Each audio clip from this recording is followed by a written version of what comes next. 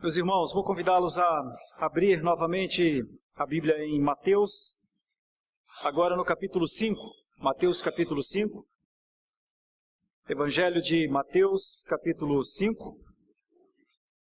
Eu lerei o texto das bem-aventuranças, Mateus capítulo 5, um texto dentro do Sermão do Monte. Em Mateus, um dos 5 grandes momentos para ensino da palavra do Senhor, a didática de Jesus.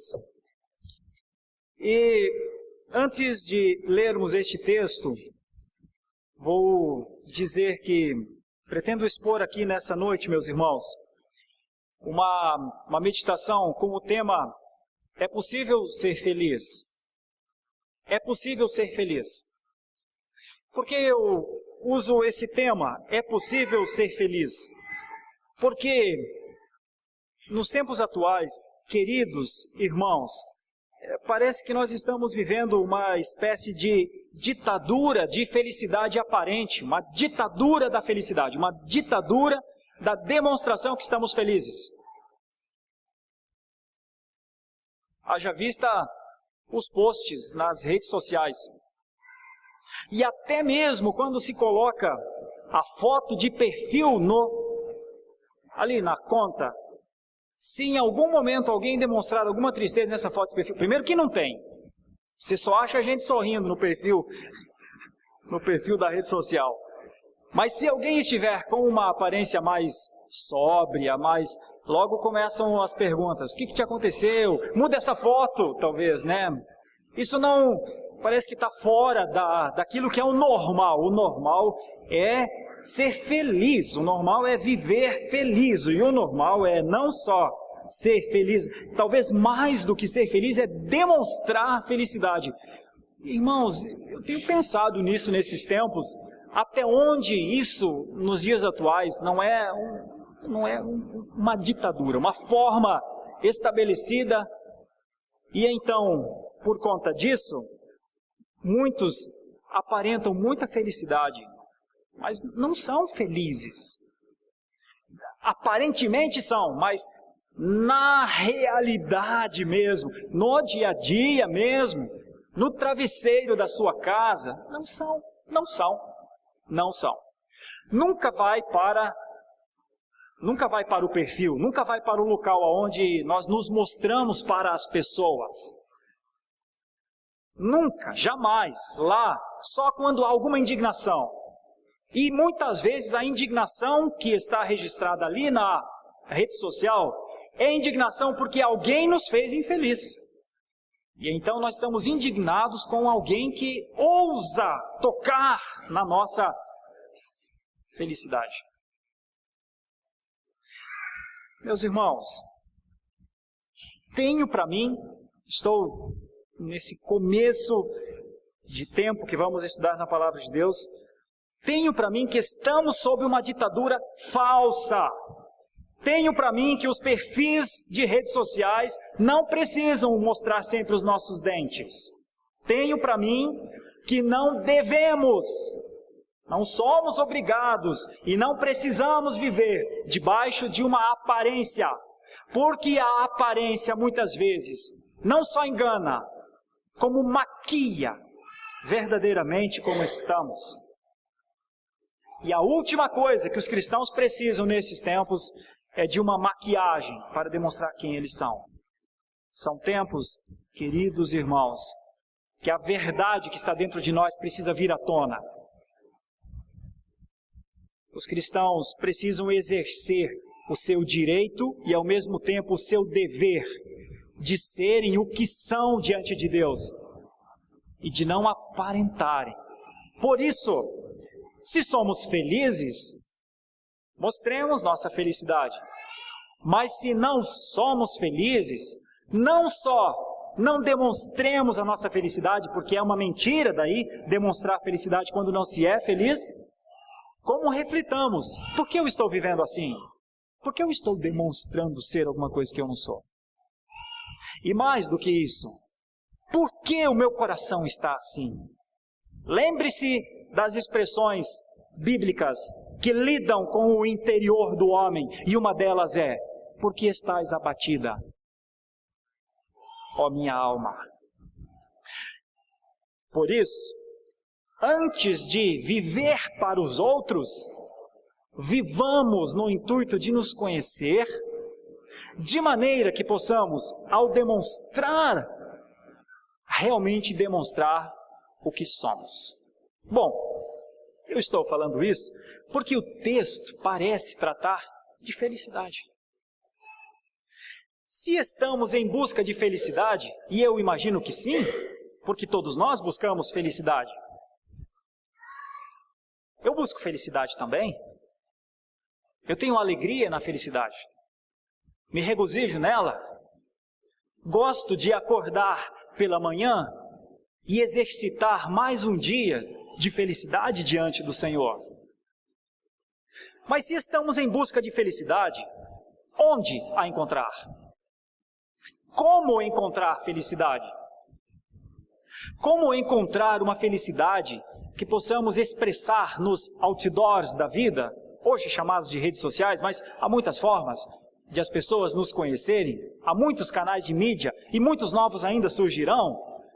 Como ser quem somos puramente, sem medo, sem vergonha? Por que nos dias atuais pessoas têm vergonha da tristeza? Por que nos dias atuais pessoas têm vergonha de se parecer diferente com a onda gigante?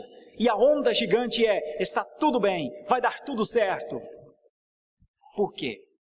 Atrás disso, muitos estão perdendo um enorme e precioso tempo de tratar as suas vidas. Esse aqui é um texto que trata vidas. Esse não é só um texto utópico. E é até difícil pregar nesse texto. Como eu imagino que foi difícil para o Senhor Jesus Cristo falar dele num tempo de uma ditadura também. De uma ditadura não só de felicidade, mas de uma ditadura moral, ética estabelecida. Que se trouxermos para o presente, vamos encontrar a mesma coisa. Há uma ditadura moral lá fora, há uma ditadura ética lá fora, que nos obriga, não poucas vezes, a demonstrar o que não somos de verdade. Pois este texto nos ajuda a pensar em quem somos de verdade.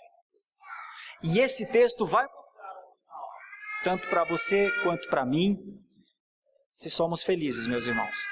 E se não somos felizes, onde está a felicidade? Em quem está a verdadeira felicidade? Está escrito assim no texto de Mateus 5, vendo Jesus as multidões, subiu ao monte. E como se assentasse, aproximaram-se os seus discípulos. E ele passou a ensiná-los, dizendo: bem-aventurados os humildes de espírito, porque deles é o reino dos céus. Bem-aventurados os que choram, porque serão consolados. Bem-aventurados os mansos, porque herdarão a terra. Bem-aventurados os que têm fome e sede de justiça, porque serão fartos. Bem-aventurados os misericordiosos, porque alcançarão misericórdia. Bem-aventurados os limpos de coração, porque verão a Deus. Bem-aventurados os pacificadores, porque serão chamados filhos de Deus. Bem-aventurados os perseguidos por causa da justiça, porque deles é o reino dos céus. Bem-aventurados sois, quando por minha causa vos injuriarem e vos perseguirem, e mentindo disserem todo mal contra vós.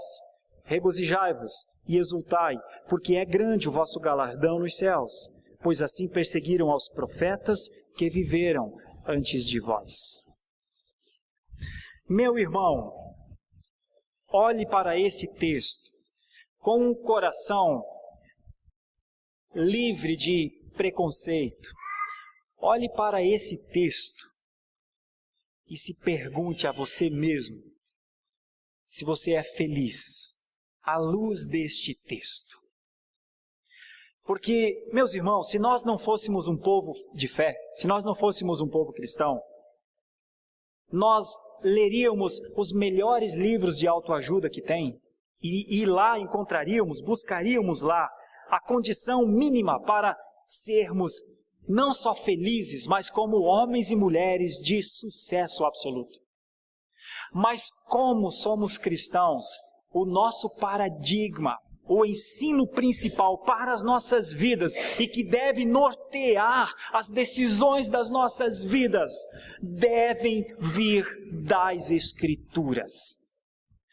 É possível que a felicidade venha das Escrituras para você mediante Mateus 5, 1 a 13.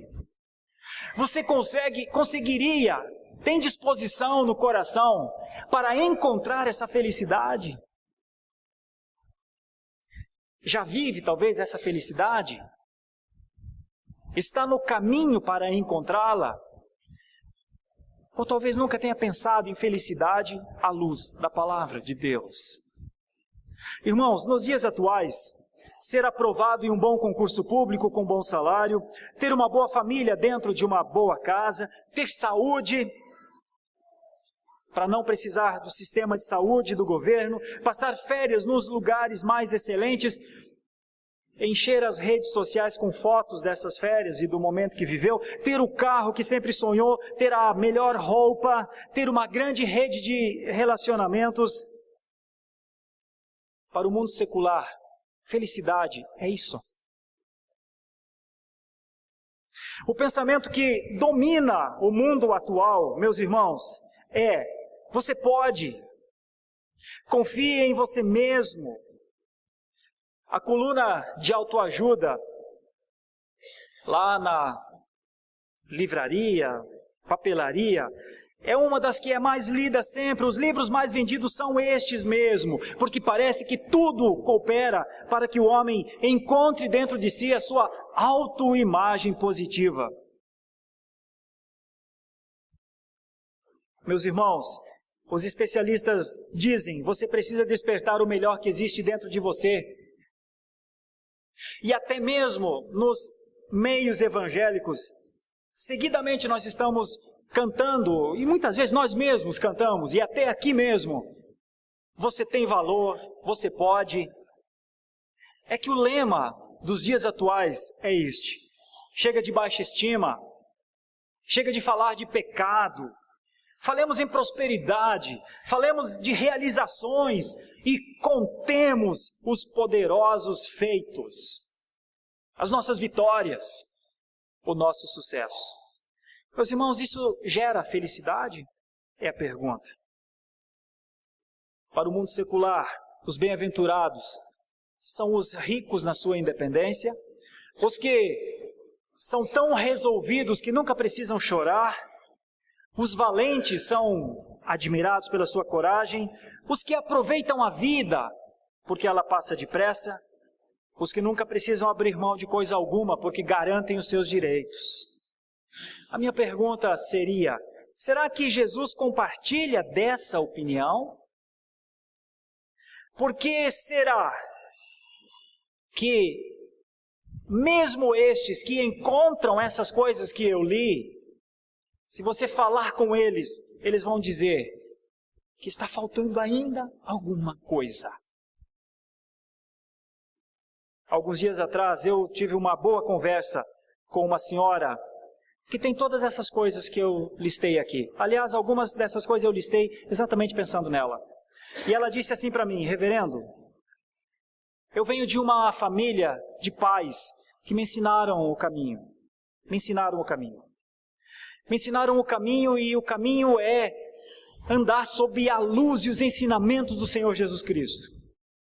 Mas quando eu tinha uns 20 anos aproximadamente, não lembro se ela falou até a idade certa, mas quando ela tinha, no começo da sua juventude, ela queria alguma coisa diferente para a vida dela. E ela disse para mim, e eu achava que eu não ia encontrar isso na igreja. A Bíblia me parecia pouco. Eu encontrava algumas coisas que me animavam mais fora. E eu fui viver a minha vida. Essa pessoa deve ter hoje 42, 43 anos. E ela disse: mas eu não queria me desviar. Eu só queria conhecer um pouco mais das coisas lá fora. E eu sempre pensava: eu vou voltar, uma hora dessa eu volto. Aí ela disse assim: reverendo, quando eu fui dar esses primeiros passos, os meus pais disseram para mim: não vai, filha. Mas eu conheci uma pessoa e eu me encantei por essa pessoa, e essa pessoa dizia para mim: seus pais têm outra idade, seus pais, viva você, viva a tua vida, vai em busca da tua felicidade. E ela disse para mim: reverendo, e eu naquele momento acreditei nisso e fui atrás dessa busca pela minha felicidade. Aí ela começou a me contar que não é só a história dela, porque eu conheço muitas histórias semelhantes a esta. Ela disse: reverendo, eu alcancei coisas que eu sonhava, mas quando eu olho para trás, eu trago tantas marcas dos erros que eu cometi, eu trago tanta vergonha das coisas que eu sem cabeça fiz. Eu fiz meus pais passarem vergonha, eu fiz meus amigos que confiavam em mim perderem totalmente a confiança em mim. Eu alcancei muitas daquelas coisas que eu imaginava que eu ia encontrar lá fora, satisfação, prazer. Mas, 20 anos depois, eu quero urgentemente retornar, porque eu sou só arrependimentos. E se eu pudesse dizer aos mais jovens: andem com Jesus, era isso que eu queria dizer. Porque agora, aos 42 ou 43 anos, eu tenho 2 filhos que se perderam, porque eu me perdi antes.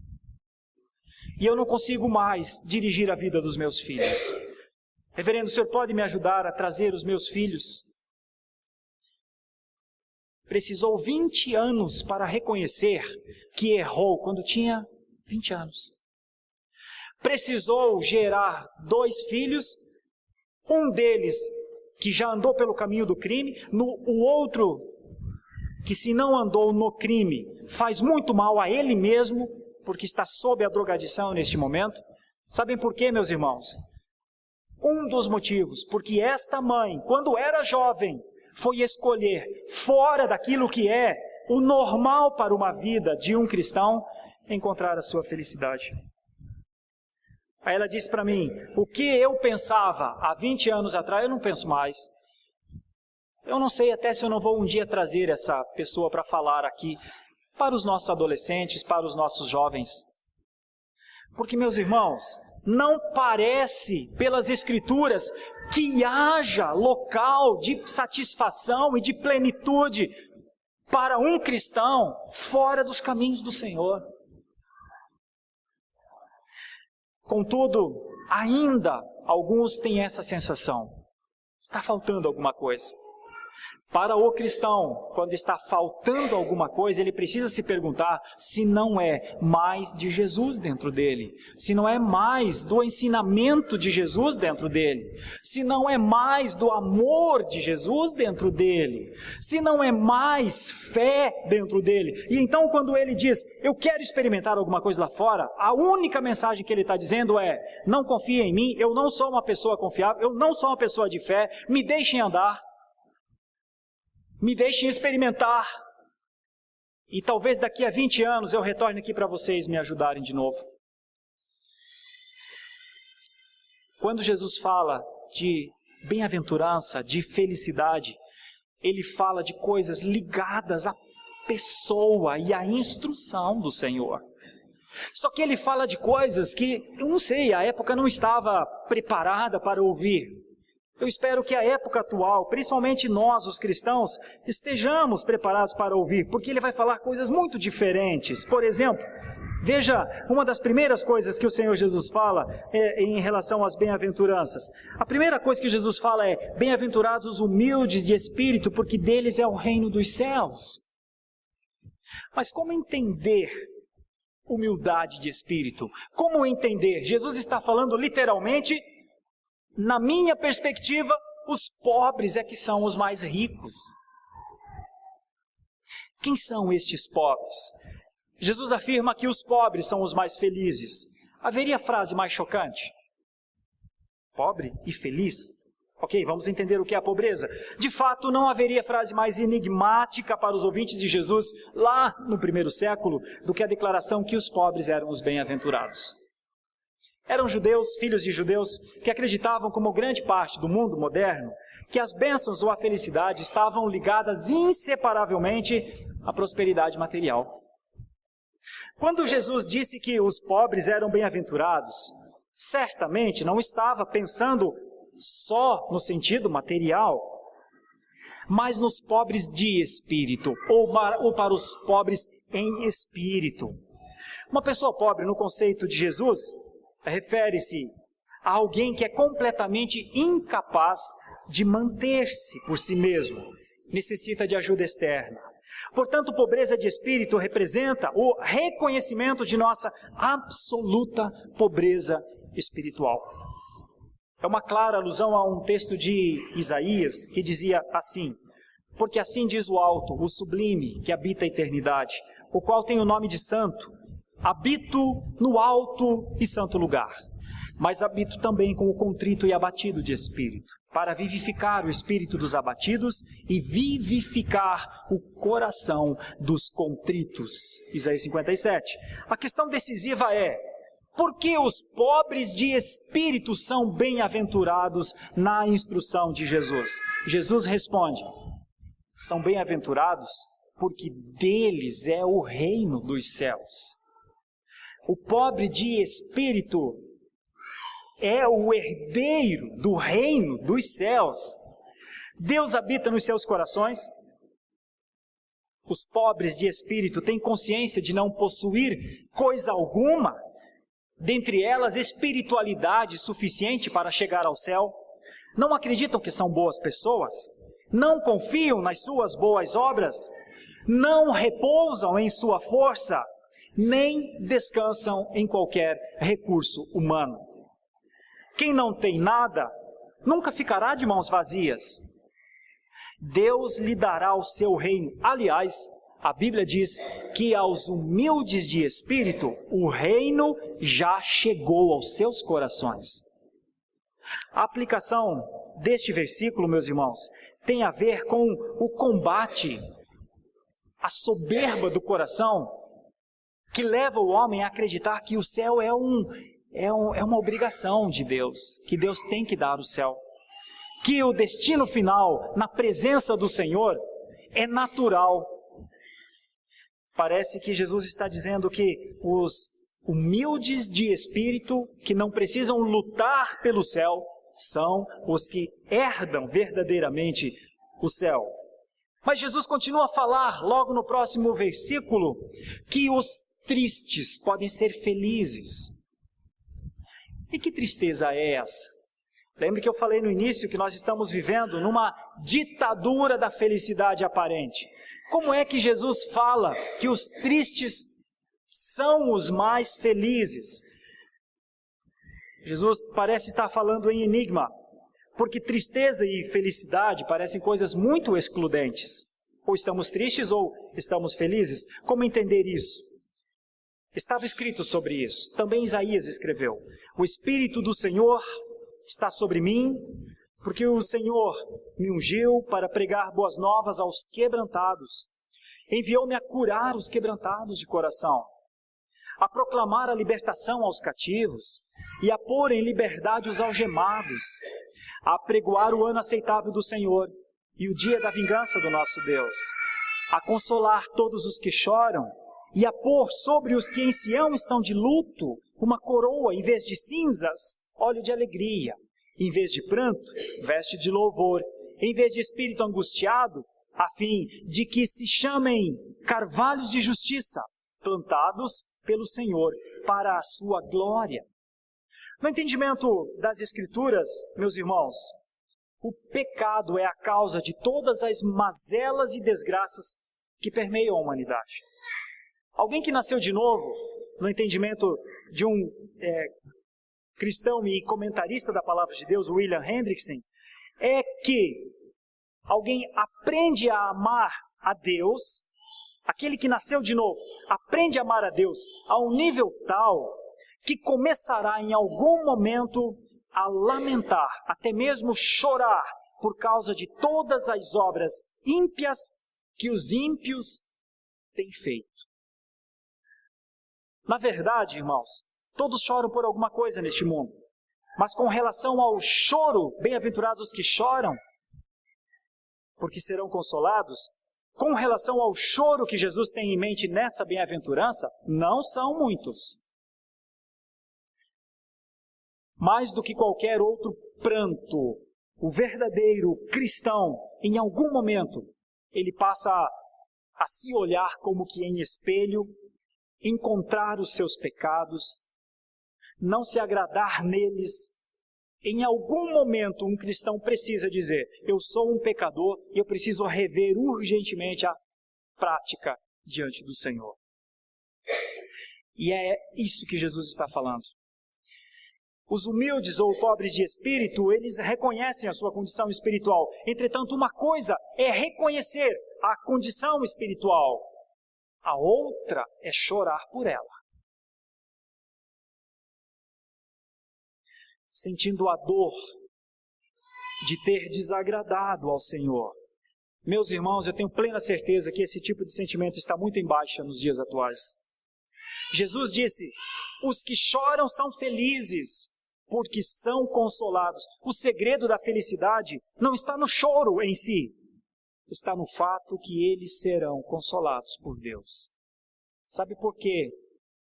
Mesmo nos meios cristãos, muitos não encontrarão essa felicidade, meus irmãos, porque eles não reconhecem seus pecados, então eles não têm o melhor, que é o consolo de Deus. Eles preferem viver negando, dizendo que são felizes. Eles não choram pelos seus pecados, eles não confessam seus pecados, eles não lamentam a sua ofensa à santidade de Deus. E Deus os deixa. Deus não os obriga ao choro, mas também não lhes dá o consolo. E então muitos vivem sem este consolo de Deus. Eu poderia passar horas aqui falando sobre essa palavra, o consolo de Deus. Muitos, por não reconhecerem a pecaminosidade diante do Senhor nas suas orações, ao fazerem orações mais para, mais uma vez, quererem ser felizes, mais uma vez encontrarem a satisfação para os seus anseios, perdem o principal. Eu poderia chamar de o abraço de Deus, o cuidado de Deus, apenas para personalizar, personificar a presença dEle. Quantos cristãos gostariam hoje de experimentar verdadeiramente a presença de Deus? Quantos vivem como se Deus não existisse? Quantos vivem sem falar com Ele? Quantos vivem sem ouvir a sua voz? Tudo porque lá no começo tem um probleminha de reconhecimento para confessar o pecado. Então Deus os deixa lá, mas também não vai abraçá-los. O Senhor Jesus continua a falar sobre felicidade, meus irmãos, e logo a seguir fala que os mansos são os herdeiros do céu. Jesus afirma isso, que é sem luta, sem guerra, sem violência. No entanto, precisamos afirmar que ser manso não significa ser covarde. Covarde é aquele que deixa de agir motivado por medo, enquanto o manso é o que age com autocontrole. O covarde teme ser derrotado ou humilhado e por isso prefere se esquivar da luta, enquanto o manso sabe que a luta não depende dele. Também precisamos dizer que ser manso não significa ter um temperamento calmo. Mansidão e calma são coisas diferentes. Não significa que ser manso é não ter caráter ou ter uma personalidade débil. Ser manso é ser altruísta. Somente uma pessoa devidamente forte consegue ser verdadeiramente mansa. O manso é aquele que entende realmente qual é a sua posição. Ele está de tal forma seguro de si mesmo nas mãos de Jesus, e eu reforço, seguro de si mesmo nas mãos de Jesus, que está disposto a abrir mão do seu direito de revidar, por exemplo, quando ameaçado, quando provocado. Somente aquele que tem plena certeza de sua posição pode ser verdadeiramente manso. A pessoa mansa deixa tudo nas mãos daquele que a ama e cuida dela. Por isso que, quando Jesus fala, bem-aventurados os mansos, são felizes aqueles que sabem que verdadeiramente estão nas mãos do Senhor. E não é manso quem não tem essa certeza e não consegue ser, quem não conseguir entregar definitivamente a sua vida ao Senhor. Como todas as demais bem-aventuranças, o resultado de ser manso é ser bendito, conforme o texto. Além disso, segundo Jesus, os mansos herdarão a terra. Isso é no mínimo um paradoxo para nós, meus irmãos. Porque em geral quem ganha uma batalha é o mais valente. Quem ganha uma batalha é aquele que mais lutou. E nesse sentido é interessante observar que os mansos não conquistariam os céus, herdariam. Quanta gente está aí na luta por conquistar o céu, hein? Quanta gente está aí nas boas obras, quanta gente está aí nas campanhas atrás de campanha, quanta gente está aí lutando por, eu tenho que ser santo, eu vou ser santo, porque senão eu não chego ao céu. Quanta gente cansada neste momento, por conta de um probleminha, a mansidão, de não ter conseguido confiar verdadeiramente a sua vida ao Senhor. Mas o Senhor continua a falar no Sermão do Monte, falando de bem-aventuranças, falando de verdadeira felicidade, e agora fala sobre saciedade. Diz que os famintos e os sedentos serão saciados. Talvez, meus irmãos, este seja o grande problema do mundo atual. Ele deseja muito a felicidade. Está disposto a pagar qualquer preço por ela, fazer qualquer loucura, se envolver nas situações mais estranhas, se isto lhe trouxer um pouco de felicidade. Não é errado dizer que a fome e a sede do mundo secular são sim por felicidade. A consequência para as pessoas que têm fome de felicidade é que continuarão com essa fome. Certamente não conseguirão ser felizes, certamente dia ou mais dia voltarão como essa mulher que se apresentou a mim 20 anos depois. Alguns com mais sobriedade voltam logo, e com menos sobriedade demoram mais, porque certamente não conseguirão ser felizes. Como alguém faminto que sonha estar comendo e tem a sensação de que a sua fome é saciada, assim são as pessoas que têm buscado felicidade através de coisas que não sejam o Senhor. Logo acordam, e é melhor que acordem, e descobrem que o vazio permanece. Só quem já ficou muito tempo sem comida e bebida sabe qual é a sensação de falta e de necessidade que toma conta do nosso corpo nessa hora. É com respeito a uma fome assim que Jesus está falando neste verso. Um desejo constante, ardente, que não descansa enquanto não for satisfeito. Mas a palavra de Deus diz: por justiça. Bem-aventurados os que têm sede e fome de justiça. Há dois aspectos dessa justiça que esse texto nos ajuda a entender. O primeiro dele diz respeito à justiça legal. Isso, por sua vez, fala do sacrifício do Senhor Jesus Cristo. Portanto, isso nos fala de desejar esta justiça de Cristo. Este desejo de ser justificado por causa da obra dele, realizada em nosso favor na cruz. Mas o outro aspecto é da justiça moral. Justiça legal e justiça moral. Então estamos falando daquele desejo que o cristão tem de ter uma vida justa. Primeiro, um desejo de ser justificado por Deus. E depois um desejo de ser uma pessoa que faz o certo. É essa fome e a sede de justiça que Jesus está falando. A consequência daquele que busca a justiça, pois tem fome e sede dela, é dupla. Por um lado, Jesus dá uma declaração de que ele já é feliz. Por outro lado, Jesus ainda nos diz que estas pessoas serão saciadas. E a expressão ser saciado significa ser cheio. É como se existisse um vazio, mas agora não existe mais. Lembre de você antes de conhecer a Cristo, antes de se converter ao Senhor, antes de entregar a sua vida ao Senhor. Se você for sincero, voltar lá atrás, você vai perceber, você tinha o pleno entendimento que faltava alguma coisa.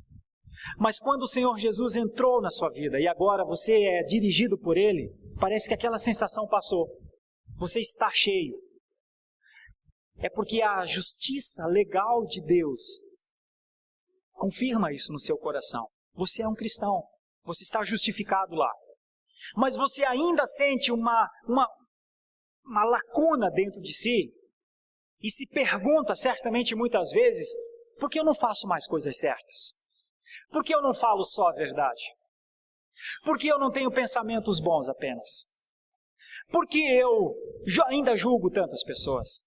Por que eu ainda me preocupo tanto com a vida dos outros? Por que eu não me preocupo tanto com a minha vida? E é essa a justiça moral. São os que têm fome e sede de justiça, diz a palavra do Senhor, que serão saciados. O Senhor continua a falar, já pela 5ª vez agora, e fala dos misericordiosos. E diz que os misericordiosos são os mais cuidados. Jesus afirma que ao exercer misericórdia com alguém, Deus se compadece dessa pessoa e exerce misericórdia com ela. Ouvimos com frequência nos dias atuais: cuide de você mesmo, curta a vida. Se você não fizer isso, cuidar de ti, ninguém vai fazer isso por você. Você é o maior interessado nos seus planos e em você mesmo. Ouvimos isso constantemente. Mas por que será que Jesus aponta numa outra direção, meus irmãos? E ele diz: bem-aventurados os misericordiosos, porque eles alcançarão misericórdia. Irmão, misericórdia é a compaixão pelo outro. E eu reiteradas vezes falei desse púlpito: compaixão não é dó, não é só olhar para uma pessoa e se sentir mal pelo estado dela. A compaixão é aquele ato positivo que te move a de alguma forma fazer alguma coisa por ela. Não é só o reconhecimento, mas é a ação. Misericórdia é isso, compaixão pelo outro e geralmente por aqueles que estão em miséria. É um espírito pronto a assistir, perdoar, proteger. Entretanto, não estamos falando meramente de uma atitude misericordiosa, mas de um modo de vida. Não de um momento, de um ato que a gente faz alguma coisa por alguém, mas por um jeito de ser. Não só por uma coisa que se faz, mas pela forma como somos. Jesus está falando de um tipo de misericórdia não motivado pelos atos dela, mas motivado pelo que está no coração, pelo que produz a misericórdia. O que produz um ser humano misericordioso é a misericórdia acumulada no seu coração. É o do quanto ele é misericordioso, ele exercitará os atos de misericórdia. E é aí que nós precisamos pensar. Nos dias atuais, o centro da vida é você, é o homem. Mas à luz das Escrituras, o centro da existência não somos nós. São aqueles que nós convivemos e principalmente aqueles que nós precisamos estender a mão. Misericórdia, obviamente, é um presente de Deus, é um dom de Deus. É algo somente possível para quem nasceu de novo. O homem natural não consegue entender o que é ser misericordioso. E antes de alguém poder demonstrar misericórdia, ele precisa primeiramente receber misericórdia. Só é misericordioso quem primeiro recebeu dela. O resultado de ser misericordioso é receber ainda mais misericórdia. Ainda que o misericordioso faça isso sem esperar a recompensa. Deus o recompensa. Jesus continua a falar, e agora fala dos limpos de coração. E diz que os limpos de coração serão os mais lúcidos de todos, usando a expressão ver a Deus, verão a Deus. Queridos irmãos, por que será? Nos dias atuais, há uma dificuldade em se conhecer a Deus, em entender a Deus. Por que será que nos dias atuais, mesmo que muitas igrejas estejam cheias, elas são analfabetas em Deus? Pois a palavra de Deus nos ensina que é possível sim, não fisicamente, claro, que Deus não pode ser visto dessa maneira, personificado, Deus não vai ser uma pessoa materializada na nossa frente, mas é possível contemplar pelos olhos da fé um Deus vivo, ativo e operante. Mas a palavra de Deus diz que são os limpos de coração que têm condição de ver esse Deus. Ao afirmar que os limpos de coração serão tão lúcidos a ponto de ver a Deus, Jesus ataca o problema central da humanidade. Os pecados que as pessoas cometem não são o maior problema delas. O problema está na sua natureza, no seu coração, que é onde estão os pecados do homem. Portanto, a mudança não pode ser apenas externa. Por isso que fazer uma boa ação, uma caridade, não significa ser um misericordioso. Não é uma ação externa, é uma ação interna. Começa dentro do coração. Por exemplo, na luta para evitar o pecado, no entendimento que o pecado nos afasta de Deus. Começa dentro do coração, quando se reconhece: Deus exerceu tanta misericórdia comigo porque eu estava perdido e agora eu sou um achado.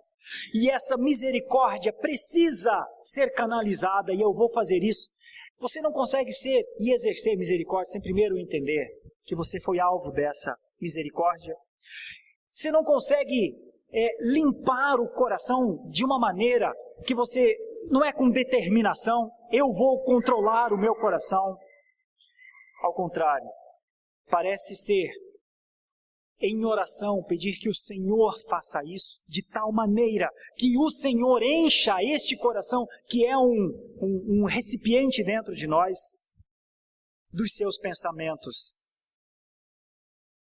A grande bem-aventurança dos limpos de coração é que eles e somente eles verão ao Senhor. Essa bem-aventurança, irmão, ela já é possível num certo sentido nessa vida. Aqueles que têm se achegado a Deus, eles recebem uma visão de quem Deus é e de como Deus age.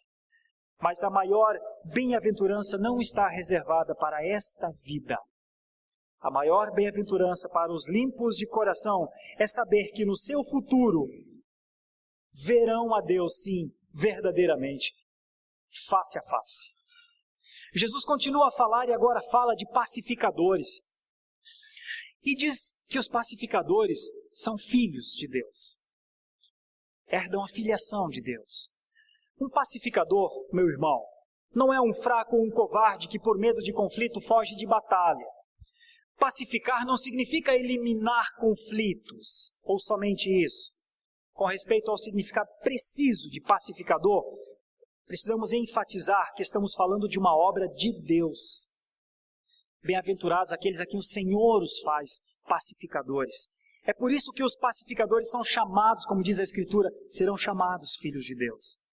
Ninguém pode ser um pacificador se primeiro não tiver experimentado a paz em si mesmo. Ninguém conseguiria pacificar estando em guerra, principalmente em guerra com o Senhor. Só consegue ser alguém de paz nessa vida quem primeiro entendeu e vive debaixo da paz produzida por Deus. O pacificador consegue pagar o preço porque ele tem uma visão diferente do mundo. Para as pessoas que não nasceram de novo, toda a esperança delas toda a esperança se reduz a esta vida. Mas para o crente, ele sabe que essa vida é muito passageira. O pacificador espera pela vida eterna, aonde Deus será glorificado, inclusive por ele. Ser pacificador é ser um imitador de Deus. Deus é chamado na Bíblia de o Deus da paz. O Senhor Jesus continua falando de coisas muito difíceis de serem entendidas pelo povo do seu tempo, porque ele está falando de felicidade. Mas ele está falando de uma fonte de felicidade desconhecida para o mundo. O cristão precisa conhecer a fonte de felicidade para a sua vida. E agora, nessa parte das bem-aventuranças, então, eu tenho a impressão que Jesus fala de uma das coisas mais difíceis. Ele vai falar dos perseguidos. A marca do cristão parece que tem um selo em nós: perseguido. Temos visto que a descrição das pessoas que Jesus considera bem-aventuradas não se encaixa muito nos conceitos atuais, não é verdade? Talvez até mesmo para nós. Talvez alguns de nós olhem para essa passagem e diz: então talvez eu não seja feliz, porque eu não sei se eu me alegro nessas coisas. Olha, se nós não conseguimos nos alegrar nas primeiras coisas, fatalmente não vamos nos alegrar nessa última. Porque a última fala de uma perseguição. De todas as bem-aventuranças, certamente a mais ilógica para o mundo, e é aqui que você descobre se a sua cabeça é de cristão ou se a sua cabeça é secular, é aqui que você descobre se você conseguiria encontrar felicidade até mesmo sendo perseguido. até mesmo sendo ridicularizado, até mesmo sendo desprezado. É aqui que nós descobrimos se o nosso pensamento está trabalhado pelo Senhor ou está trabalhado por outros sistemas. Ser perseguido, injuriado, acusado, caluniado parece não trazer felicidade para ninguém. Mas já não é surpresa para nós que o ponto de vista do Filho de Deus é completamente diferente do pensamento secular. Não tem como ser um cristão e ser mais amigo do mundo do que amigo de Jesus. A Escritura chega a falar que aqueles que são amigos do mundo, Deus os considera seus inimigos. Amigos do mundo? Inimigos de Deus. Não, mas eu quero ser amigo do mundo e quero ser amigo de Deus. Tá bom, podemos querer, mas Deus considera os amigos do mundo inimigos seus. Não, reverendo, mas é que não importa o que Deus pensa, importa o que eu quero. E eu quero ser amigo do mundo e quero ser amigo de Deus. Ok. Mas Deus considera os amigos do mundo inimigos seus. Não, mas eu quero insistir. Insista. Insista a noite inteira, insista amanhã, insista o ano de 2015 inteiro. Eu quero ser amigo do mundo e das coisas do mundo e quero ser amigo de Deus. Pode insistir. A Bíblia diz: aqueles que são amigos do mundo são inimigos de Deus. Ah, mas eu vou insistir. 1 ano, 2 anos, 10 anos. Insista. Insista 23, como essa mulher que me procurou. Insista 50. Insista tanto quanto quiser. Não mudará. Não tem como mudar o que a Escritura diz. Os que se fizeram amigos do mundo se fizeram inimigos de Deus. A marca do verdadeiro cristão é ser perseguido por causa de Deus, por causa da sua palavra, por causa do seu conjunto de valores. Essa é a marca de um homem salvo, essa é a marca de um ser humano que é peregrino nessa terra. E muitos, de medo da perseguição, querem ser amigos do mundo e amigos de Deus. O pensamento de Jesus era diferente. Reverendo, mas não importa muito o pensamento de Jesus, importa o meu. Ok, insistamos no nosso pensamento. Até quando?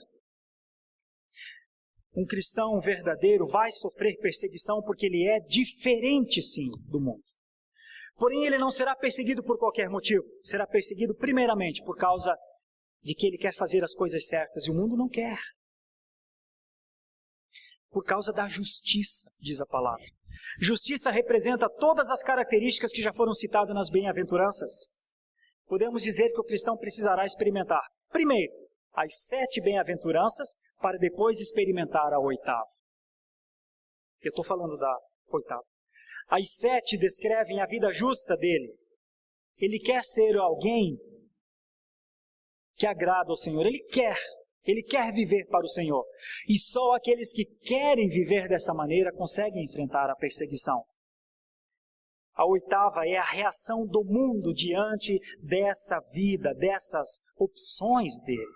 Muitas pessoas sofrem perseguição porque defendem alguma causa humana. Jesus não disse que essas pessoas seriam bem-aventuradas. Ele disse: bem-aventurados sois quando por minha causa vos injuriarem. Somente são bem-aventurados os que são perseguidos por causa de Jesus. Ser perseguido por causa de Jesus é ser perseguido por amor a Ele, por querer ser fiel a Ele. A perseguição para o verdadeiro cristão, meu irmão, é inevitável, embora muitos gostariam de viver sem perseguição. É uma consequência natural da sua conduta justa. Não há como fugir disso. Entretanto, como deve ser a reação do cristão em face às perseguições, injustiças, calúnias? Está aqui. O Senhor Jesus disse: regozijai-vos e exultai. Regozijar significa estar sumamente contente, extremamente alegre. Quanto a exultar, significa saltar de alegria. Se vos perseguirem, Jesus diz, comemorem. O motivo? Porque teu é o reino dos céus. A alegria em meio às perseguições também deve ser motivada pelas promessas de Deus. Está escrito que uma grande recompensa aguarda aqueles que foram ultrajados, perseguidos, difamados e caluniados. É um galardão que nós ainda não entendemos bem, mas está destinado àqueles que foram desprezados nessa terra. Grande galardão, inclusive, diz as Escrituras. Eu quero concluir essa meditação, meus irmãos, dizendo o seguinte: sempre haverá muitos motivos para chorar. Mães perdem seus filhos prematuramente, maridos veem suas esposas definhando por alguma doença, esposas perdem seus maridos, inclusive. Ontem mesmo tivemos um caso, na sexta-feira. Pais de família mergulham em desemprego e já não sabem o que fazer para sustentar seus filhos. E realmente todas essas coisas são motivos para preocupação e para choro. Não podemos pensar que Jesus esteja dizendo que estas pessoas que choram ou que sofrem são essas que são bem-aventuradas. Ele não está falando que alguém que está de luto é sadicamente feliz. Não é isso. Na verdade, ele está chamando a atenção para um tipo especial de pessoa que está triste e por isso chora, que lamenta estar distante do Senhor e quer mais a sua presença, olha para a sua vida e não vê em si atitudes que glorifiquem ao Senhor, não chegaram ainda ao choro por causa dos seus pecados, mas reconhecem que estão na hora para reconhecer e para clamar pelo perdão, pelo consolo, pela alegria, pelas heranças eternas do Senhor. Olhando para esse texto, nós vemos claramente que Jesus não compartilha da opinião do mundo e não está nem aí para a opinião do mundo, assim como os cristãos não devem estar nem aí para as opiniões seculares acerca de felicidade. Para Jesus, felizes não são os ricos, os que nunca precisam chorar, os valentes, os que aproveitam a vida, os que nunca precisam abrir mão de nada. Esses são infelizes na perspectiva de Jesus. Eles buscam nessas coisas felicidades e só aumentam a sua infelicidade. Estes, se não receberem a Jesus, terão um fim triste e miserável. Nas bem-aventuranças, Jesus explica que a visão de Deus é diferente da visão secular, meus irmãos. Pela quinta vez eu estou reiterando isso. Para ele, o oposto pode ser absolutamente verdade. Jesus disse, sim, felizes são os humildes, os que choram, até mesmo os mansos. Eu faria uma aplicação às nossas vidas nesse momento. Irmão, você encontra felicidade em Mateus 5, 1-13? É possível você falar, reverendo, se isso é felicidade, eu tenho encontrado essa felicidade. É possível. Vou citar alguns textos por alto. Tu não precisas abrir. Isaías 57 diz assim, que o Senhor prefere os humildes. Pela nossa vida, precisamos buscar um coração de paz e buscar a verdadeira humildade e a pobreza espiritual para que o Senhor nos enriqueça. Em 2 Coríntios 7 está escrito que é necessário uma tristeza segundo Deus, para que possamos nos arrepender dos nossos pecados e chorar pelos nossos pecados. Em Filipenses capítulo 4 está escrito que nós devemos desfrutar de alegria e moderação, porque essas duas coisas são atitudes que agradam a Deus e que a ansiedade rouba a paz no coração. Em Mateus 18 está escrito acerca do dever de sermos misericordiosos, porque o nosso Pai que está no céu fez isso conosco e devemos buscar formas de aplicar isso. Em Hebreus capítulo 12 está escrito que paz e santificação são coisas necessárias para ver ao Senhor, porque as nossas faltas atrapalham a nossa relação com o Senhor Deus. Em João 15 também está escrito que muitos seriam odiados por causa de Jesus. E que deveríamos compreender que existe honra em sermos desprezados e perseguidos e até mesmo injuriados por causa de Jesus.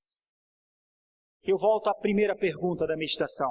Se estamos em busca de felicidade, onde e em quem a encontraremos? Se você quer ser um cristão feliz, onde e em quem encontrará essa felicidade. Que o Senhor nos dê graça para encontrarmos essa felicidade nos ensinos das Escrituras, encontrarmos essa felicidade naquele que disse é possível ser feliz e que chama de bem-aventurados. Nós jamais encontraremos, nós os cristãos jamais encontraremos felicidade longe dos bons ensinos do nosso Pai. E eu finalizo dizendo, se você está em dúvida, se você quer encontrar essa felicidade, as Escrituras dizem onde e em quem encontrar. Eu e você não encontraremos essa felicidade em qualquer outro lugar que não nos braços do nosso Deus. E se você ainda não vive essa experiência de estar guardado, consolado, protegido, seguro, amparado por este Deus, você precisa urgentemente disso. E se você já vive essa experiência de ser alguém que sua alma descansa nele, porque você tem um Redentor, então há muitas coisas para você fazer nesse mundo. Um cristão tem muitas coisas a fazer nesse mundo. Mesmo que para isso ele seja perseguido. Mesmo que por conta disso ele seja injuriado. Por conta do galardão, por conta das promessas, por conta da instrução segura de Jesus. É possível ser feliz. Mas nós precisamos ver e entender que Jesus disse como. Não podemos dizer, eu quero ser feliz, eu vou ser feliz e eu vou criar o meu jeito, entende? Jesus disse que é possível ser feliz, mas Ele disse como. Que essa passagem de Mateus 5 nos ajude nas horas mais difíceis da nossa vida. Vamos orar ao Senhor, em seguida vamos participar da ceia do Senhor, preciosa ceia do Senhor. Para isso eu já convido os nossos irmãos, os presbíteros, que venham à frente, nós vamos distribuir os elementos da ceia do Senhor. Poderoso Deus, essa é uma mensagem dificílima para os nossos dias, porque é uma avalanche, Senhor. É uma pressão mesmo. Parece que felicidade não está nas palavras do Senhor, parece que felicidade está em outro lugar. Mas por que será que o Senhor quis se assentar sobre este monte e falar a estes homens e dizer a eles que o Senhor pensava diferente? Senhor, a minha oração nessa noite é que o Senhor nos dê os teus pensamentos para que encontremos felicidade nas tuas instruções e para que haja fé em nossos corações o suficiente para que nos contentemos, nos alegremos na provisão do Senhor sobre nós e não vivamos como ímpios, como gentios mesmo, como já lemos nas Escrituras, no começo deste culto, quando a palavra de Deus nos instruiu em Mateus 6, de 25 a 33. Não andem ansiosos, não andem inquietos, como se estivesse faltando alguma coisa, porque são os gentios, em outras palavras, os ímpios. Em outra palavra, o que não te conhece. Senhor, não nos dê a vergonha de vivermos como alguém que não te conhece. Porque, Senhor, nós te conhecemos. Livra-nos do mal, Senhor. Livra-nos da aparência do mal. Livra-nos, Senhor, de viver uma vida como se não tivéssemos o Senhor Deus no centro por nós. Por isso nós oramos nessa noite.